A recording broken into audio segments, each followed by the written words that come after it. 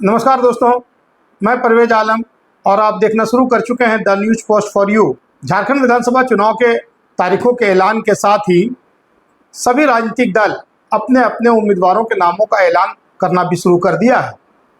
आज के लाइव में हम आपको भारतीय जनता पार्टी ने जिन 38 सीटों पर उम्मीदवारों के नाम की संभावित सूची बनाई है उसके बारे में बताना चाह रहा हूँ।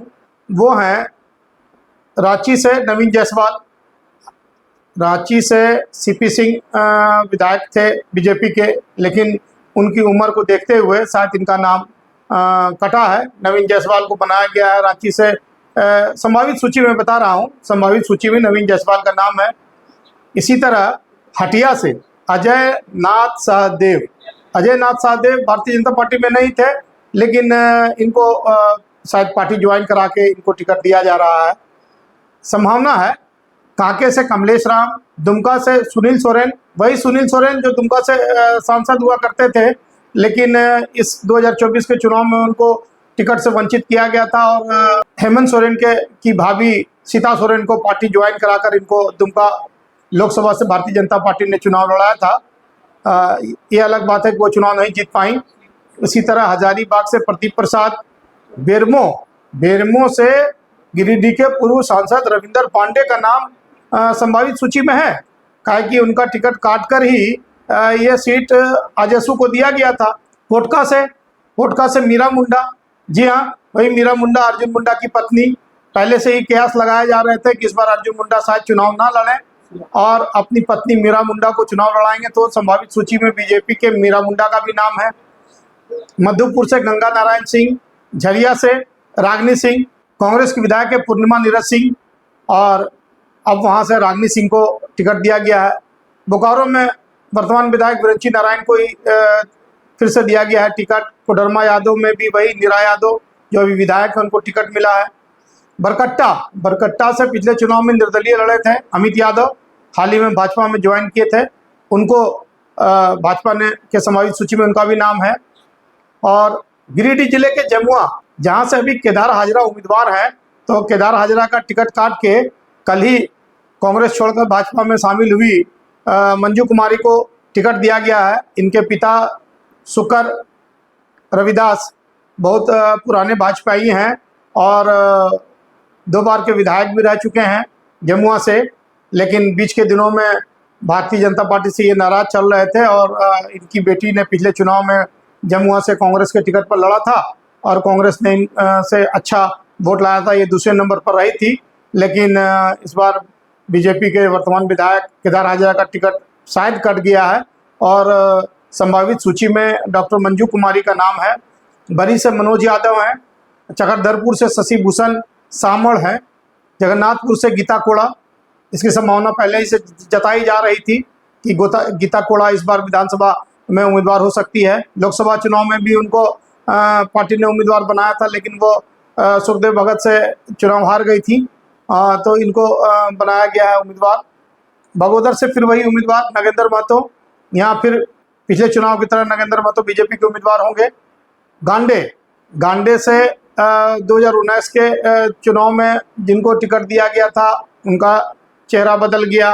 फिर अभी उपचुनाव हाल में हुआ था बर्मा, उनका भी चेहरा बदल गया। अभी गांडे से संभावित सूची में नाम जिसका चल रहा है मुनिया देवी अभी वर्तमान में गिरिडीह जिला परिषद के अध्यक्षा हैं, तो उनका नाम संभावित सूची में चल रहा है। और सबसे इंटरेस्टिंग है गिरिडीह से कई दावेदार थे, बहुतों का नाम चल रहा था, लेकिन संभावित सूची में अंतिम लगता है निर्णय पूर्व विधायक निर्भय शाहबादी के नाम पर सहमति बनती दिख रही है, क्योंकि निर्भय शाहबादी पिछले चुनाव में काफ़ी अच्छे वोट लाए थे और बहुत कम मार्जिन से वो चुनाव हार गए थे। तो भारतीय जनता पार्टी गिरिडीह में कोई रिस्क लेना नहीं चाह रही थी और इसीलिए संभवतः संभावित सूची में निर्भय शाहबादी का नाम दिख रहा है। निरसा से अर्पणा सेन गुप्ता पिछले चुनाव में भी लड़ी थी। चंदन कियारी से अमर बाउरी अभी झारखंड में बीजेपी के विधानसभा में विधायक दल के नेता भी हैं और विपक्ष के नेता हैं। गुमला से सुदर्शन भगत को टिकट नहीं मिला था लोकसभा में और तब ये कयास लगाया जा रहा था कि सुदर्शन भगत को विधानसभा में चुनाव लड़ाया जा सकता है। तो सुदर्शन भगत का संभावित सूची में नाम है। सिसई से अरुण उरांव हैं, खिजरी से राम कुमार पाहन हैं और सरायकेला से जो सर्वविदित है कि चंपाई सोरेन को टिकट दिया गया है भारतीय जनता पार्टी से। संभावित सूची में राजधनवार से बाबूलाल मरांडी, पिछले चुनाव में ये जेवीएम से अपनी ही पार्टी जेवीएम से चुनाव लड़े थे और जेवीएम से बाबूलाल मरांडी वहाँ जीते थे, लेकिन इस बार वो भारतीय जनता पार्टी के उम्मीदवार हैं, चूँकि वो अभी प्रदेश अध्यक्ष भी हैं। हालांकि चर्चा ये भी चल रही थी कि बाबूलाल मरांडी लातेहार के मनिका से उम्मीदवार हो सकते हैं, लेकिन संभावित सूची में अभी तो राजधनवार चल रहा है। राजमहल से अनंत ओझा हैं, धनबाद से भी कई नाम चल रहे थे, लेकिन वर्तमान विधायक राज सिन्हा का नाम ही चल रहा है संभावित सूची में। गोड्डा से अमित मंडल, महागामा से अशोक भगत, नाला से माधव महतो, विश्रामपुर से रामचंद्र चंद्रवंशी, पलामू से आलोक चौरसिया, गढ़वा से सतेंद्र तिवारी, हुसैनाबाद से कमलेश सिंह पिछले चुनाव में एनसीपी से जीते थे, लेकिन अभी हाल में वो भारतीय जनता पार्टी में शामिल हो गए थे और ये संभावना जताई जा रही थी कि कमलेश सिंह को टिकट मिल सकता है, तो संभावित सूची में कमलेश सिंह का नाम है। भावनाथपुर से मौजूदा विधायक भानु प्रताप शाही को ही टिकट मिला है। कुटी से नीलकंठ सिंह मुंडा, सारठ से रणधीर सिंह दोबारा टिकट पाने में सफल हुए हैं। अभी जदयू की जो सूची संभावित सूची चल रही है कि जदयू से भारतीय जनता पार्टी ने अपने सहयोगी दल जनता दल यू को जमशेदपुर पश्चिमी से, जो पिछले चुनाव में निर्दलीय जीते थे और हाल में जनता दल यू में शामिल हो गए थे, तो सरजू राय की उम्मीदवारी की चर्चा चल रही है। और तमाड़ से ये भी अभी हाल ही में ज्वाइन किए थे Janata Dal you, Raja Peter की नामों की चर्चा चल रही है। आपको थोड़ा याद दिला दें कि शिबू सोरेन जब मुख्यमंत्री थे और तमाड़ में हुए उपचुनाव में जब मुख्यमंत्री रहते हुए शिबू सोरेन चुनाव लड़े थे, तो इन्हीं राजा पीटर ने उनको चुनाव हराया था और तब पूरा देश में ये चर्चा हुई थी कि मुख्यमंत्री रहते हुए शिबू सोरेन हार गए थे। हालांकि राजा पीटर अभी कई आपराधिक मामलों में जेल में थे और हाल ही में ये जेल से छूटे हैं और फिर से सक्रिय राजनीति में हैं।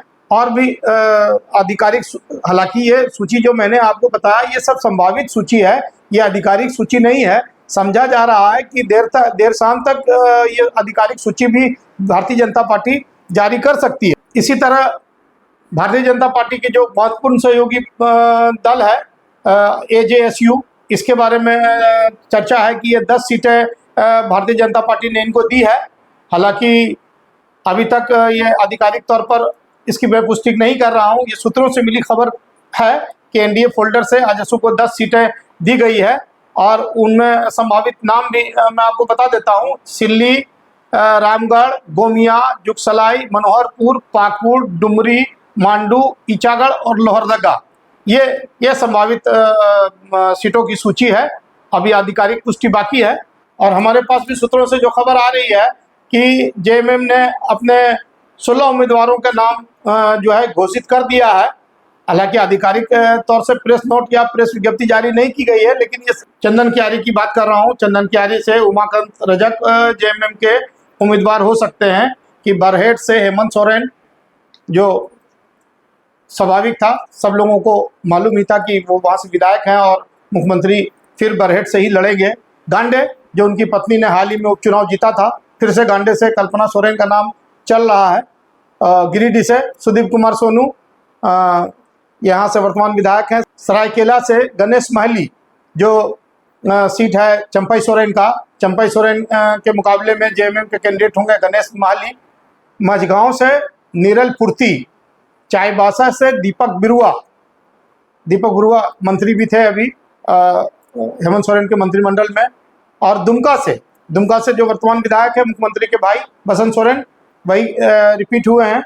गुमला से भूषण तिर्की, सिसई से और मधुपुर से जो वर्तमान विधायक हैं हफीजुल अंसारी, मंत्री भी हैं कैबिनेट में, तो हफीजुल अंसारी रिपीट किए गए हैं। सिमरिया से मनोज चंद्रा, मैंने अपने पिछले वीडियो में बताया था कि मनोज चंद्रा से सिमरिया से चुनाव लड़ सकते हैं। ये सीट सिमरिया पिछले चुनाव में कांग्रेस के खाते में गई थी गठबंधन के तहत। नाला से रविंद्र नाथ महतो, विधानसभा के अध्यक्ष हैं। फिर उनको रिपीट किया गया है। तमाड़ से विकास मुंडा, टुंडी से महतरा महतो, जो पहले ही से अंदाजा लग रहा था कि टुंडी से महतरा महतो ही लड़ेंगे, लेकिन चौंकाने वाला नाम डुमरी है। डुमरी से बेबी देवी, स्वर्गीय जगन्नाथ महतो की पत्नी। हालांकि ये कहा जा रहा था कि बेबी देवी इस बार चुनाव नहीं लड़ेगी और इनका पुत्र जो है अखिलेश महतो उर्फ राजू महतो चुनाव लड़ेगा, लेकिन चूंकि डुमरी से जयराम महतो खुद उम्मीदवार हैं, इसलिए पार्टी ने अपनी सूझबूझ के तहत फिर महिला को उतारा है ताकि इस सीट पर जयराम महतो को शिकस्त दी जा सके और फिर से जेएमएम अपनी इस सीट को वापस पा सके। तो समझा जा रहा है कि बेबी देवी को उसी रणनीति के तहत यहाँ से उम्मीदवार बनाया गया है। गढ़वा से मंत्री मिथिलेश ठाकुर फिर से उम्मीदवार बने हैं। भावनाथपुर से अनंत प्रताप दे। पिछले वीडियो में मैंने बताया था आपको कि भावनाथपुर भी कांग्रेस के खाते में गई थी, लेकिन भावनाथपुर से जेएमएम ने अनंत प्रताप देव को उम्मीदवार बना दिया। अनंत प्रताप देव पिछले बार निर्दलीय चुनाव लड़े थे और काफ़ी 50,000 वोट लाया था इन्होंने। लातेहार से बैजनाथ राम, जो अभी मंत्री हैं, शिक्षा मंत्री हैं झारखंड के। तो ये 16 नाम मैंने आपको बताए जेएमएम के, और संभावित नाम मैंने बताए। अभी आधिकारिक पुष्टि मैं इसकी नहीं कर रहा हूँ। और इसी तरह भाजपा और आजसू के। तो आप मेरे साथ इसी तरह से बने रहिए। हम आपको लगातार इसी तरह फौरी तौर पर खबरों को अपडेट करते रहेंगे। नमस्कार, जोहार।